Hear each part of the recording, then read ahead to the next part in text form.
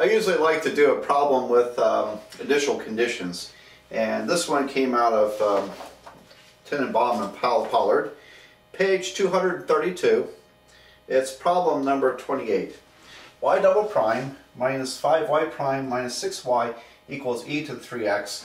And the initial conditions are y at 0 equals to 2, y prime at 0 equals to 1. So yeah, you gotta think if you're ever going to use differential equations in a real sense, in the real world, then you need to solve for those constants of integration, and we do that by making measurements. We take a couple of measurements, and that allows us to fit the exact equation to our situation. So let's go through the process here. First of all, I'm going to get the complementary solution. So our characteristic equation is m squared minus 5m minus 6 equals to 0. And this factors m minus 6, m plus 1 equals to 0. So careful factoring that.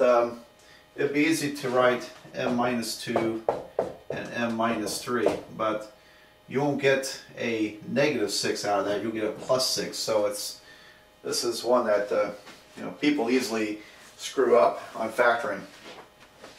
All right, the roots are 6 and negative 1. So it means my complementary solution will be c1 e to the 6x plus c2 e to the minus x. So that takes care of that. And we do not have a e to the 3x over here. The right-hand side, q of x, is e to the 3x. If I had an e to the 3x over here, that would introduce a complication that I'm going to talk about next. But at the moment, we're safe in dealing with that complication. So let's set up a particular solution. And my particular solution would be a e to the 3x. So we're just using some number multiplying e to the 3x. The first derivative would be 3a e to the 3x. Second derivative is 9a e to the 3x. So I'll plug all that into our differential equation here. And we'll have y, the second derivative, y particular double prime, minus 5y prime particular, minus 6y particular.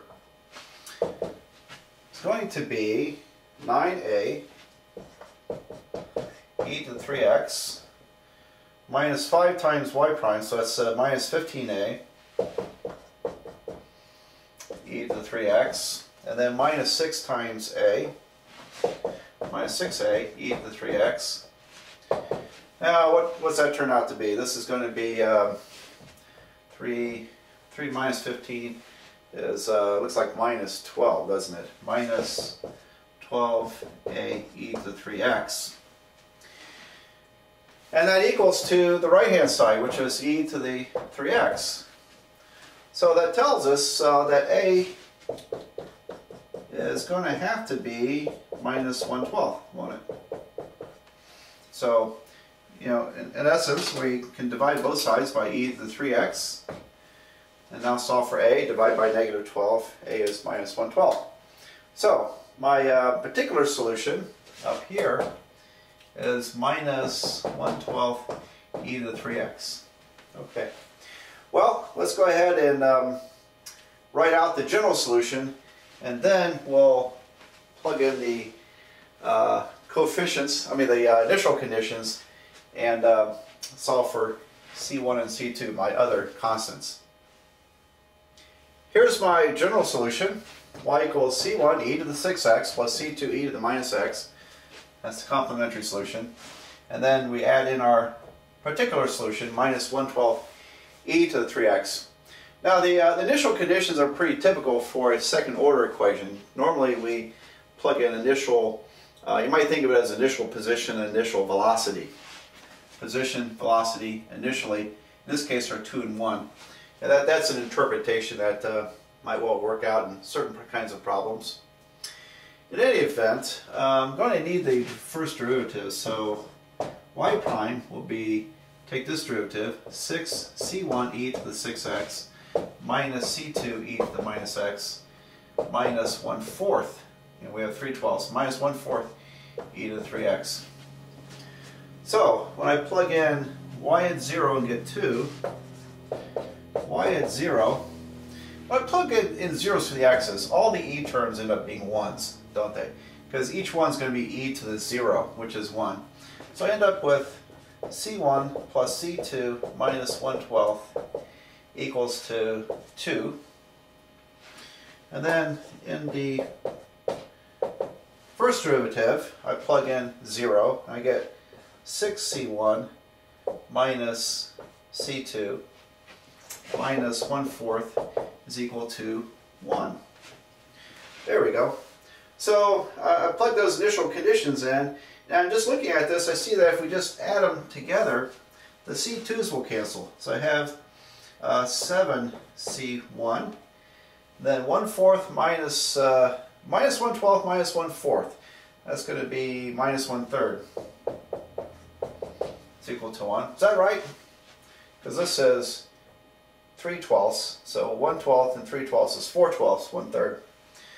7C1 minus 1/3 equals to, whoops, a little mistake there, that should be a 3, shouldn't it?